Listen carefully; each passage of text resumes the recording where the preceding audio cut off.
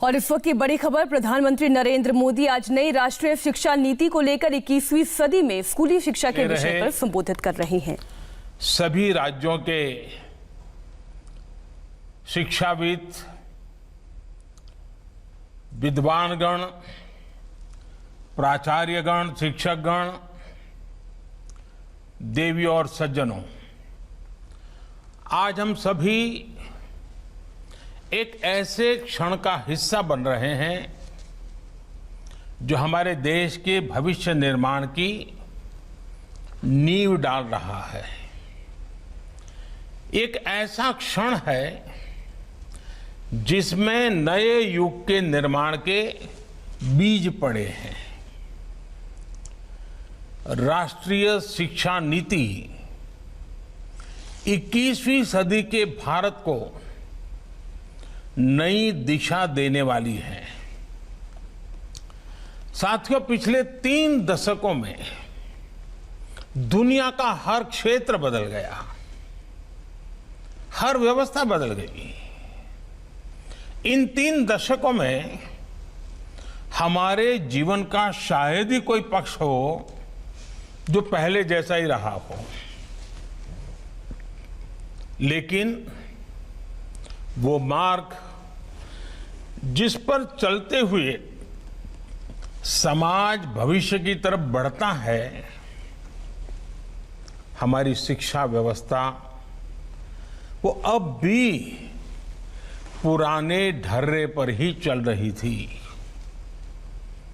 पुरानी शिक्षा व्यवस्था को बदलना उतना ही आवश्यक था जितना किसी खराब हुए ब्लैक बोर्ड को बदलना आवश्यक होता है। जैसे हर स्कूल में पिनअप बोर्ड होता है, उसमें तमाम जरूरी कागज, स्कूल के जरूरी आदेश, बच्चों की बनाई पेंटिंग आदि आप लोग लगाते रहते हैं। ये बोर्ड हर कुछ समय में भर जाता है। उस पिनअप बोर्ड पर नई क्लास के नए बच्चों की नई पेंटिंग्स लगाने के लिए आपको बदलाव करना ही पड़ता है। नई राष्ट्रीय शिक्षा नीति भी नए भारत की नई उम्मीदों की, नई आवश्यकताओं की पूर्ति का एक सशक्त माध्यम है। इसके पीछे पिछले 4-5 वर्षों की कड़ी मेहनत है। हर क्षेत्र, हर विद्या, हर भाषा के लोगों ने इस पर दिन रात काम किया है, लेकिन ये काम अभी पूरा नहीं हुआ है। एक प्रकार से कहे तो ये काम की असली शुरुआत हुई है। अब हमें राष्ट्रीय शिक्षा नीति को उतने ही प्रभावी तरीके से लागू करना है, और ये काम हम सब मिलकर करेंगे। मैं जानता हूं, राष्ट्रीय शिक्षा नीति का ऐलान होने के बाद आप में से बहुत लोगों के मन में कई सवाल आ रहे हैं। ये शिक्षा नीति क्या है? ये कैसे अलग है? इसे स्कूल और कॉलेजों की व्यवस्था में क्या बदलाव आएगा? इस शिक्षा नीति में एक शिक्षक के लिए क्या है, एक छात्र के लिए क्या है, और सबसे अहम, इसे सफलतापूर्वक लागू करने के लिए क्या करना है, कैसे करना है?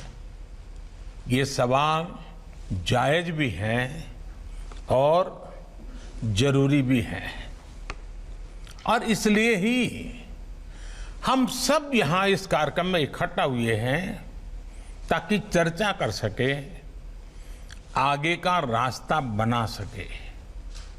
मुझे बताया गया है कि कल भी दिन भर आप सभी ने इन्हीं बातों पर घंटों मंथन किया है, चर्चा की है।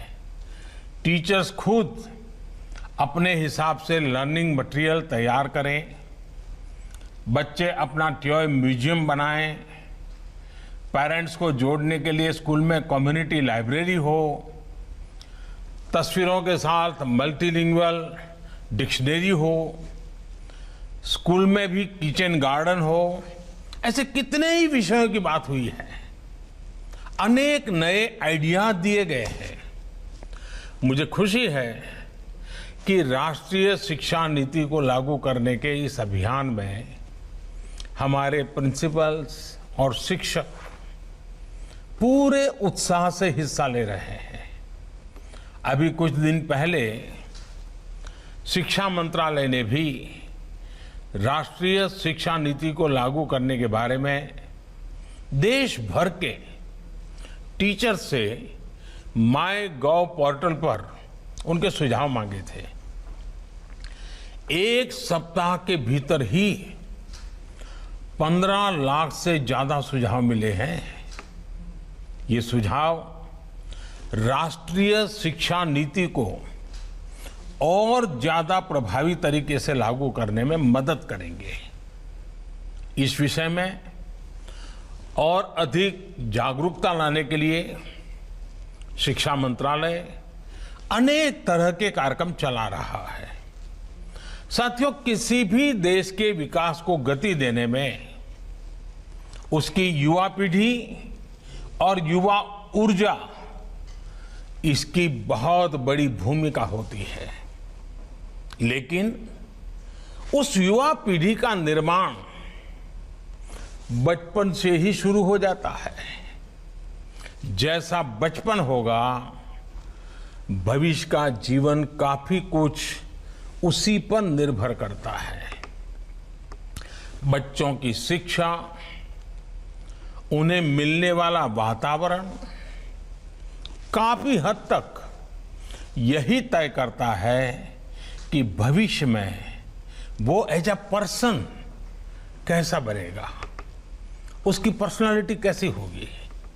इसलिए राष्ट्रीय शिक्षा नीति में बच्चों की एजुकेशन पर बहुत ज्यादा जोर दिया गया है। प्री स्कूल में तो बच्चा पहली बार माता पिता की छत्र छाया के बाद माता पिता की देखभाल और घर के आराम भरे माहौल से बाहर निकलने की शुरुआत करता है, उससे दूर होता है। ये वो पहला पड़ाव होता है जब बच्चे अपने सेंसेस, अपनी स्किल्स को ज्यादा बेहतर तरीके से समझने की शुरुआत करते हैं। इसके लिए ऐसे स्कूल, ऐसे शिक्षकों की जरूरत है जो बच्चों को fun learning, playful learning, activity based learning और डिस्कवरी बेस्ड लर्निंग का एनवायरनमेंट दें। मैं जानता हूं कि आप सोच रहे होंगे कि कोरोना के इस टाइम में ये सब कैसे होगा। ये बात सोच से ज्यादा अप्रोच की है। और वैसे भी कोरोना से बने हालात हमेशा ऐसे ही तो नहीं रहने वाले हैं। बच्चे जैसे जैसे क्लास में आगे बढ़ें, उनमें ज्यादा सीखने की भावना का विकास हो, बच्चों का मन, उनका मस्तिष्क वैज्ञानिक और तार्किक तरीके से सोचना शुरू करे, उनमें मैथमेटिकल थिंकिंग और साइंटिफिक टेम्परामेंट विकसित हो, ये बहुत आवश्यक है। और मैथमेटिकल थिंकिंग का मतलब केवल यही नहीं है कि बच्चे मैथमेटिक्स के प्रॉब्लम ही सॉल्व करें, बल्कि ये सोचने का एक तरीका है। ये तरीके हमें उन्हें सिखाना है। ये हर विषय को, जीवन के पहलू को मैथमेटिकल और लॉजिकल रूप में समझने का दृष्टिकोण है, ताकि मस्तिष्क अलग अलग पर्सपेक्टिव में एनालिसिस करें। ये दृष्टिकोण मन और मस्तिष्क का ये विकास बहुत जरूरी है। और इसलिए ही राष्ट्रीय शिक्षा नीति में इसके तौर तरीकों पर बहुत ज्यादा ध्यान दिया गया है। आप लोगों में से बहुत से लोग, बहुत से प्रिंसिपल्स ये सोच रहे होंगे कि हम तो अपने स्कूल में पहले से ही ऐसा करते हैं। हो सकता है आपकी बात सही भी हो, लेकिन बहुत से स्कूल ऐसे भी तो हैं जहां ऐसा नहीं होता है। एक समान भाव लाना भी तो जरूरी है। ये भी एक बड़ी वजह है जो आज आपसे मैं इतना विस्तार से हो सके उतनी बारीकी पर बात कर रहा हूं। साथियों, राष्ट्रीय शिक्षा नीति में पुरानी 10+2 की जगह 5+3+4 इसकी व्यवस्था बहुत सोच समझकर की गई है। इसमें early childhood care and education को एक बुनियादी के रूप में, नींव के रूप में शामिल किया गया है। आज हम देखें तो प्री स्कूल की प्लेफुल एजुकेशन शहरों में प्राइवेट स्कूलों तक ही सीमित है। वो अब गांवों में भी पहुंचेगी, गरीब के घर तक पहुंचेगी। गरीब हो, अमीर हो, गांव हो, शहर हो, हर किसी के, हर जगह के बच्चों को मिलेगी। मूलभूत शिक्षा पर ध्यान इस नीति का सबसे महत्वपूर्ण पहलू है। राष्ट्रीय शिक्षा नीति के तहत फाउंडेशनल लिटरेसी एंड न्यूमरेसी के विकास को एक राष्ट्रीय मिशन के रूप में लिया जाएगा। प्रारंभिक भाषा का ज्ञान, संख्या का ज्ञान, बच्चों में सामान्य लेख को पढ़ने और समझने की क्षमता का विकास, ये बहुत आवश्यक होता है। बच्चा आगे जाकर रीड टू लर्न करें, इसके लिए जरूरी है कि शुरुआत में वो लर्न टू रीड करना सीखे।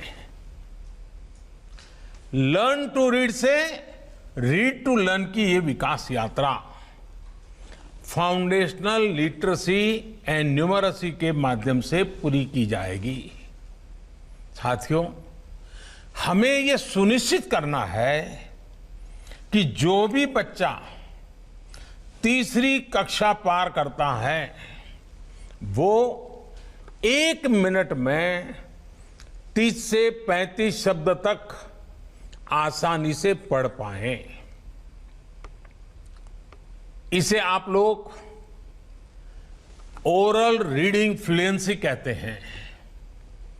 जिस बच्चे को हम इस लेवल तक ला पाएंगे, शेप कर पाएंगे, सिखा पाएंगे, तो भविष्य में उस विद्यार्थी को बाकी सब्जेक्ट का कंटेंट समझने में और आसानी रहेगी। मैं इसके लिए आपको एक सुझाव देता हूं। ये जो छोटे छोटे बच्चे हैं, उनके साथ और 25-30 उनके दोस्त भी होंगे क्लास में। आप उनको कहिए कि चलो भाई, तुम कितनों के नाम जानते हो बोलो। फिर कहो अच्छा तुम कितनी तेजी से नाम बता सकते हो बोलो। फिर कहिए कि तुम तेजी से भी बोलो और उसको वहां खड़ा भी करो। आप देखिए उतनी कितनी प्रकार की टैलेंट डेवलप होने शुरू हो जाएगी और उसका कॉन्फिडेंस लेवल बढ़ जाएगा। फिर वही बातें बाद में लिखित रूप में रख करके उन्हीं अपने साथियों के नाम, चलो भाई तुम इसमें से किस किस के नाम बोलोगे, पहले फोटो रख करके दिखा सकते हैं, फिर शब्द लिख करके रखा सकते हैं। अपने ही दोस्तों की पहचान से वो सीखना शुरू कर दे। इसको लर्निंग की प्रक्रिया कहते हैं। इससे आगे की कक्षाओं में स्टूडेंट्स पर बोझ भी कम होगा, आप शिक्षकों पर भी बर्डन कम होगा। साथ ही बेसिक गणित जैसे counting, addition, subtraction, multiplication, division, ये सब भी बच्चे आसानी से समझ सकेंगे। ये तब संभव होगा जब पढ़ाई किताबों और क्लास की चार दीवारियों से बाहर निकालकर वास्तविक दुनिया से जुड़ेगी, हमारे जीवन से, आसपास के परिवेश से जुड़ेंगी, आसपास की चीजों से, रियल वर्ल्ड से बच्चे कैसे सीख सकते हैं, इसका एक उदाहरण ईश्वर चंद्र विद्यासागर की एक जीवन कहानी में देखने को मिल रहा है। कहते हैं ईश्वर चंद्र विद्यासागर जी जब 8 साल के थे, उन्हें तब तक अंग्रेजी नहीं पढ़ाई गई थी। एक बार वो अपने पिता के साथ कोलकाता जा रहे थे। रास्ते में सड़क के किनारे उन्हें अंग्रेजी में लिखे माइलस्टोन्स दिखे। उन्होंने अपने पिता से पूछा कि यह क्या लिखा है। उनके पिताजी ने बताया कि इसमें कोलकाता कितनी दूर है, ये बताने के लिए इंग्लिश में गिनती लिखी है। इस उत्तर से ईश्वरचंद्र विद्यासागर के बाल मन में और जिज्ञासा बढ़ी। वो पूछते रहे और उनके पिताजी उन मील के पत्थरों पर लिखी गिनती बताते रहे और कोलकाता पहुंचते पहुंचते ईश्वर चंद्र विद्यासागर पूरी इंग्लिश की काउंटिंग सीख गए। 1 2 3 4 7 8 9 10 उनको आ गया। ये है जिज्ञासा की पढ़ाई, जिज्ञासा से सीखने और सिखाने की शक्ति। साथियों, जब शिक्षा को आसपास के परिवेश से जोड़ दिया जाता है तो उसका प्रभाव विद्यार्थी के पूरे जीवन पर पड़ता है, पूरे समाज पर भी पड़ता है। जैसे जापान को देखिए, वहां शिनरिन योकू का प्रचलन है। शिनरिन का अर्थ है वन या जंगल और योकू का मतलब है नहाना, यानी फॉरेस्ट बेथिंग। वहां स्टूडेंट्स को जंगलों में या जहां पेड़ पौधे बहुत हैं ऐसी जगहों पर ले जाया जाता है जहां बच्चे प्रकृति को स्वाभाविक रूप से महसूस करें, पेड़ पौधों फूलों को सुने, देखें, टच टेस्ट स्मेल अनुभव करें। इससे बच्चों का प्रकृति और पर्यावरण के जुड़ाव भी होता है और उनके होलिस्टिक तरीके से डेवलपमेंट को भी बढ़ावा मिलता है। बच्चे इसे एंजॉय भी करते हैं और एक साथ कितनी सारी चीजें सीख भी रहे होते हैं। मैं जब गुजरात में मुख्यमंत्री था तो मैं एक कार्यक्रम चलाता था। हमने एक सूचना की सभी स्कूलों को, हमने कहा कि सभी स्कूल के बच्चे अपने गांव के अंदर सबसे बड़ी उम्र का पेड़ कौन सा है, जिस पेड़ की सबसे ज्यादा उम्र हो चुकी है वो ढूंढो। तो उनको सब जगह पे जाना पड़ा, गांव के आसपास के सारे पेड़ देखने पड़े, टीचर को पूछना पड़ा और फिर सब में सहमति बना कि भाई हाँ ये पेड़ बहुत पुराना है। और बाद में बच्चों ने स्कूल में आकर के उस पर गीत लिखे, निबंध लिखे, वक्तृत्व कथाएं की, यानी उस पेड़ का महात्म्य क्या है। लेकिन उस पूरी प्रक्रिया में उनको कई पेड़ देखने पड़े, सबसे उम्र लायक पेड़ का ढूंढना पड़ा, बहुत सी चीजें वो सीखने लग गए। और मैं कह सकता हूं कि यह प्रयोग बहुत सफल रहा था। एक तरफ बच्चों को पर्यावरण की जानकारी मिली, साथ ही साथ उन्हें अपने गांव के विषय में ढेर सारी जानकारियां प्राप्त करने का मौका भी मिला। हमें इसी तरह के आसान और नए नए तौर तरीकों को बढ़ाना होगा। हमारे ये प्रयोग न्यू एज लर्निंग का मूल मंत्र होना चाहिए। एंगेज, एक्सप्लोर, एक्सपीरियंस, एक्सप्रेस और एक्सेल, यानी कि स्टूडेंट्स अपने रुचि के हिसाब में गतिविधियों में, घटनाओं में, प्रोजेक्ट्स में एंगेज हो, इसे अपने हिसाब से एक्सप्लोर करें। इन गतिविधियों, घटनाओं, प्रोजेक्ट्स को विभिन्न दृष्टिकोण अपने एक्सपीरियंस से सीखे। ये उनका पर्सनल एक्सपीरियंस हो सकता है या कोलैबोरेटिव एक्सपीरियंस हो सकता है। फिर बच्चे रचनात्मक तरीके से एक्सप्रेस करना सीखे। इन सब को मिलाकर ही फिर एक्सेल करने का रास्ता बनता है। अब जैसे कि हम बच्चों को पहाड़ों पर, ऐतिहासिक जगहों पर, खेतों में, सुरक्षित मैन्युफैक्चरिंग यूनिट्स में लेकर जा सकते हैं। अब देखिए, आप क्लासरूम में उनको रेलवे का इंजन पढ़ाएं, क्लासरूम में आप उनको बस पढ़ाएं, लेकिन कभी तय करें कि अगर गांव के नज़दीक में रेलवे स्टेशन है तो चलो जाएंगे। बच्चों को स्टेशन पे ट्रेन आती है तो इंजन कैसा होता है दिखाएंगे। फिर कभी बस स्टेशन पे ले जाएंगे, बस कैसा होता है दिखाएंगे। वो देख करके सीखना शुरू कर लेता है। मैं जानता हूं कई प्रिंसिपल्स और शिक्षक जरूर ये सोच रहे होंगे कि वो तो अपने स्कूल में, कॉलेज में ऐसा ही करते हैं।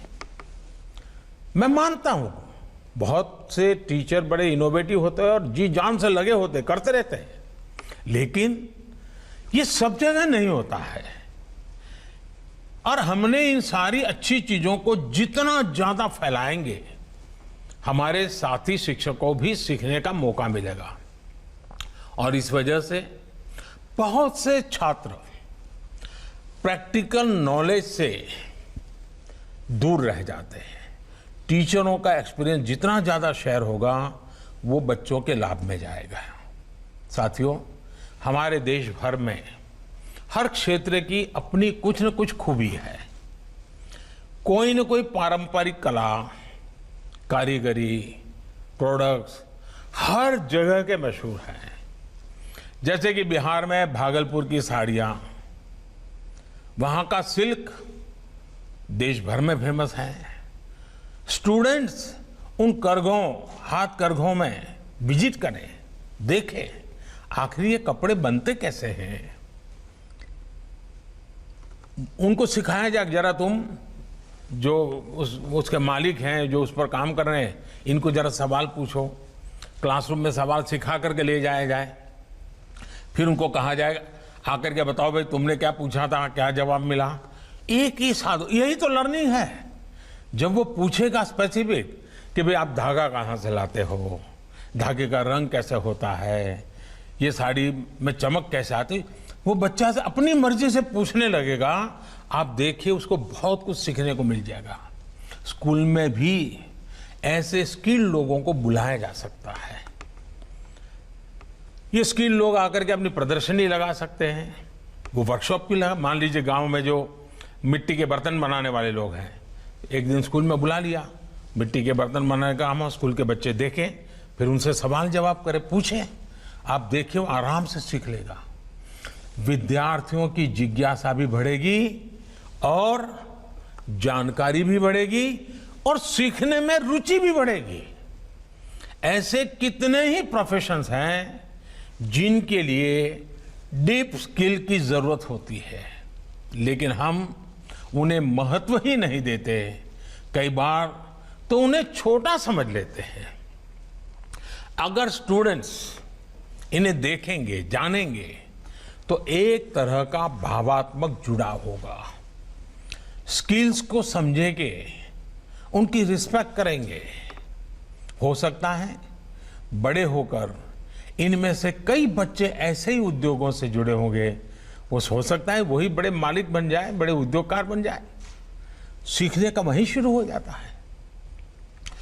बच्चों में संवेदना जगाने की बात जब आती है, अब बच्चे ऑटो रिक्शा में स्कूल आते हैं, क्या कभी उन बच्चों को पूछा कि उस ऑटो रिक्शा वाला का नाम क्या है जो तुम्हें रोज ले आता है, उसका घर कहाँ है, क्या कभी उसके जन्मदिन को आपने मनाया था क्या कभी आप उसके घर गए थे क्या क्या कभी आपके माँ बाप को वो मिला था क्या?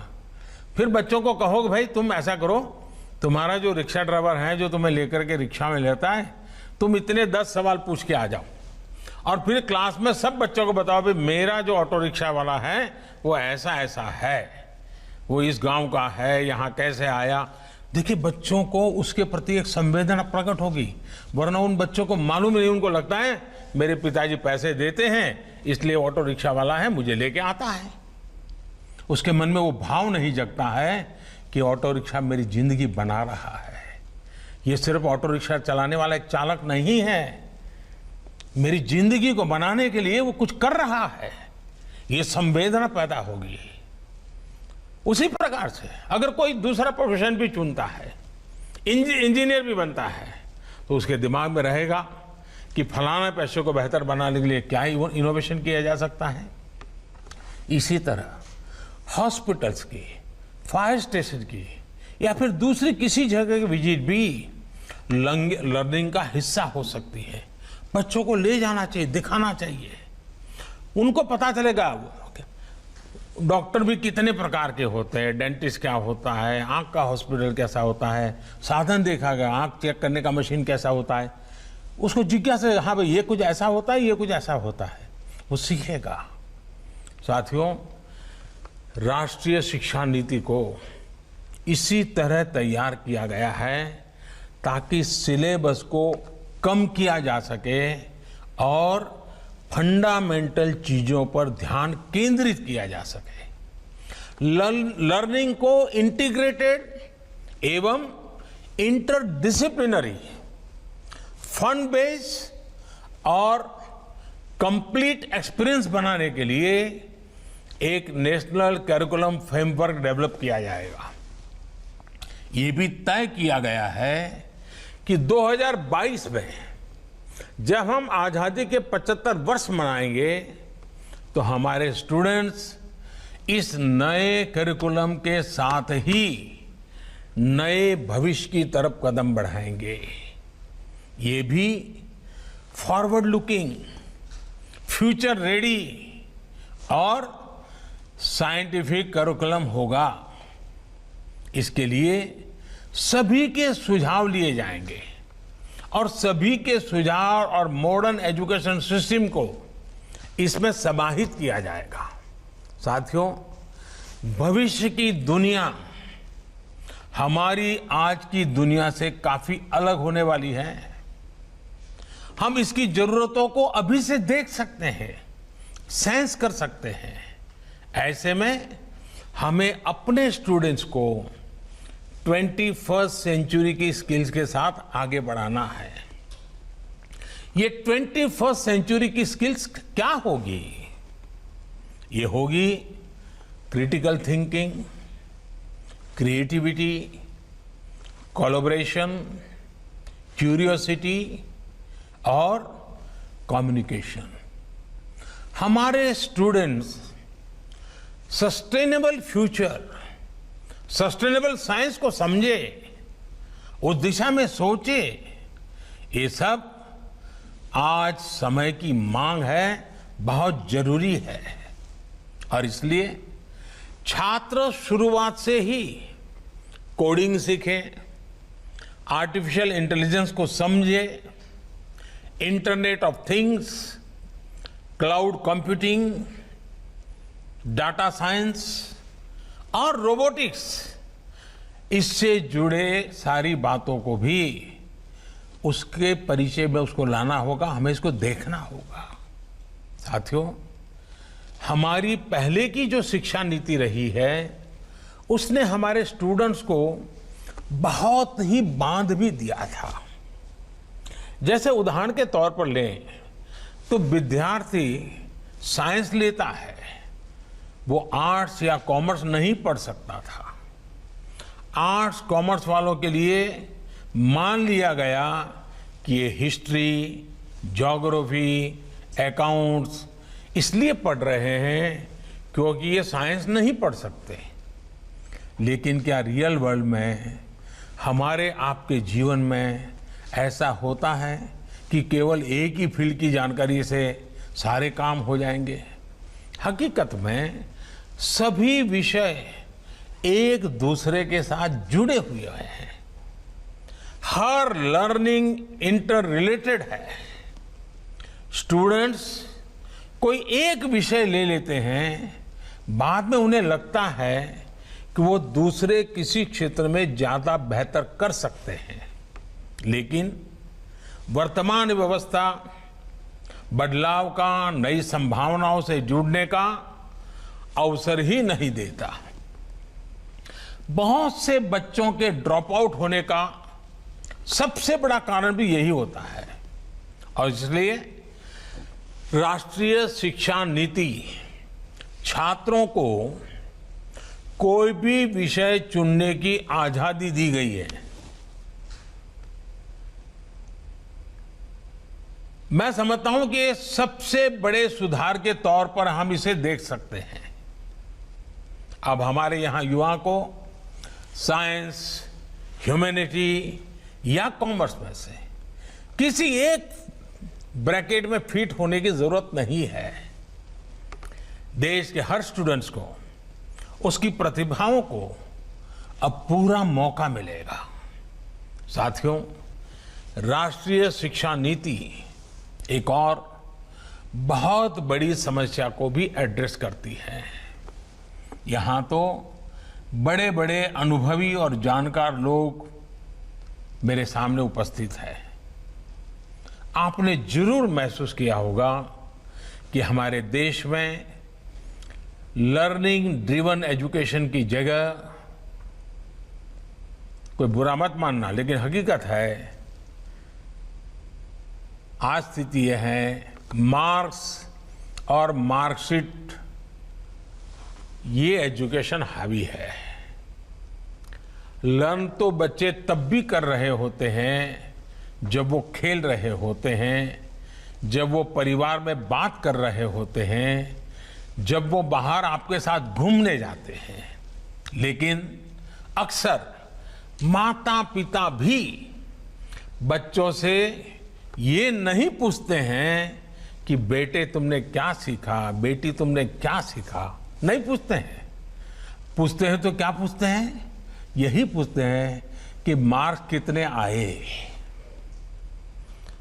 हर चीज वहीं जाकर के अटक जाती है। कुछ परिवार हैं जिनको आदत हो गई, पूछते हैं अच्छा आज स्कूल में खाना क्या मिला था। इन्हीं चीजों के आसपास टेस्ट में नंबर कितने नंबर आए, एक टेस्ट, एक मार्कशीट, क्या बच्चों के सीखने की, उनकी मानसिक विकास के पैरामीटर हो सकती है? आज सच्चाई ये है कि मार्कशीट मानसिक प्रेशर शीट बन गई है और परिवार की प्रेस्टीज शीट बन गई है। परिवार के लिए प्रेस्टीज शीट है, बच्चे के लिए प्रेशर शीट है। पढ़ाई से मिल रहे इस तनाव को, मेंटल स्ट्रेस से अपने बच्चों को निकालना राष्ट्रीय शिक्षा नीति का एक मुख्य उद्देश्य है। परीक्षा इस तरह होनी चाहिए कि छात्रों पर इसका बेवजह का दबाव न पड़े, और कोशिश ये है कि केवल एक परीक्षा से छात्र छात्राओं का मूल्यांकन न किया जाए, बल्कि self assessment, peer to peer assessment, ये छात्रों के विकास के विभिन्न पहलुओं का मूल्यांकन हो। इसलिए राष्ट्रीय शिक्षा नीति में मार्कशीट की उसकी जगह होलिस्टिक रिपोर्ट कार्ड, इस पर बल दिया गया, इसकी बात कही गई है। होलिस्टिक रिपोर्ट कार्ड विद्यार्थियों के unique potential, aptitude, attitude, talent, skills, efficiency, competency और पॉसिबिलिटी की डिटेल शीट होगी। मूल्यांकन प्रणाली के में संपूर्ण सुधार के लिए एक नए राष्ट्रीय मूल्यांकन केंद्र परख की स्थापना भी की जाएगी। साथियों, राष्ट्रीय शिक्षा नीति के आने के बाद से भी ये भी चर्चा काफी तेज है कि बच्चों को पढ़ाने की भाषा क्या होगी, इसमें क्या बदलाव किया जा रहा है। यहां हमें एक ही वैज्ञानिक बात समझने की जरूरत है कि भाषा शिक्षा का माध्यम है, भाषा ही सारी शिक्षा नहीं है। किताबी पढ़ाई में फंसे फंसे कुछ लोग ये फर्क ही भूल जाते हैं और इसलिए जिस भी भाषा में बच्चा आसानी से सीख सके, चीजें लर्न कर सके, वही भाषा पढ़ाई की भाषा होनी चाहिए। ये देखना जरूरी है कि जब बच्चे को हम पढ़ा रहे हैं तो जो हम बोल रहे हैं क्या वो समझ पा रहा है, समझ रहा तो कितनी आसानी से समझ रहा है। कहीं ऐसा तो नहीं है कि विषय से ज्यादा बच्चे की ऊर्जा भाषा को समझने में ही खप रही है। इन्हीं सब बातों को समझते हुए ज्यादातर देशों में भी आरंभिक शिक्षा मातृभाषा में ही दी जाती है। आप में से बहुत से लोग ये जानते होंगे कि 2018 में program for international student assessment PISA की टॉप रैंकिंग वाले जितने देश थे, जैसे कि Estonia, Ireland, Finland, Japan, South Korea, Poland, इन सब देशों में प्राथमिक शिक्षा मातृभाषा में ही दी जाती है। ये बात स्वाभाविक है कि जिस भाषा को सुनते हुए बच्चे पलते हैं, जो भाषा घर की भाषा होती है, उसी में बच्चों की सीखने की गति बेहतर होती है। वरना होता यह है कि बच्चे जब किसी दूसरी भाषा में कुछ सुनते हैं तो पहले वो मन में उसे अपनी भाषा में ट्रांसलेट करते हैं, फिर उसको समझते हैं। बाल मन में ये बड़ी उलझन पैदा करती है, बहुत स्ट्रेस देने वाली बात होती है। इसका एक और पहलू भी है। हमारे देश में खासकर ग्रामीण क्षेत्र में पढ़ाई मातृभाषा से अलग होने पर ज्यादातर पेरेंट्स बच्चों की पढ़ाई से जुड़ भी नहीं पाते। ऐसे में बच्चों के लिए पढ़ाई एक सहज प्रक्रिया नहीं रह जाती, बल्कि पढ़ाई स्कूल की एक ड्यूटी बन जाती है। पेरेंट्स और स्कूल के बीच में एक खाई हो जाती है, एक दीवार हो जाती है। इसलिए जहां तक संभव हो, कम से कम ग्रेड 5 कक्षा 5 तक शिक्षा का माध्यम मातृभाषा, स्थानीय भाषा रखने की बात राष्ट्रीय शिक्षा नीति में कही गई है। न्यू एजुकेशन पॉलिसी पर आप प्रधानमंत्री नरेंद्र मोदी को सुन रहे थे और अब बात इस वक्त की बड़ी खबर की करेंगे। ड्रग्स केस में जेल गई रिया चक्रवर्ती को जमानत मिलेगी या फिर जेल में ही उन्हें रहना होगा, इसका फैसला आपसे थोड़ी ही देर में हो जाएगा। मुंबई की सेशंस कोर्ट किसी भी वक्त रिया की बेल पर फैसला सुना सकती है।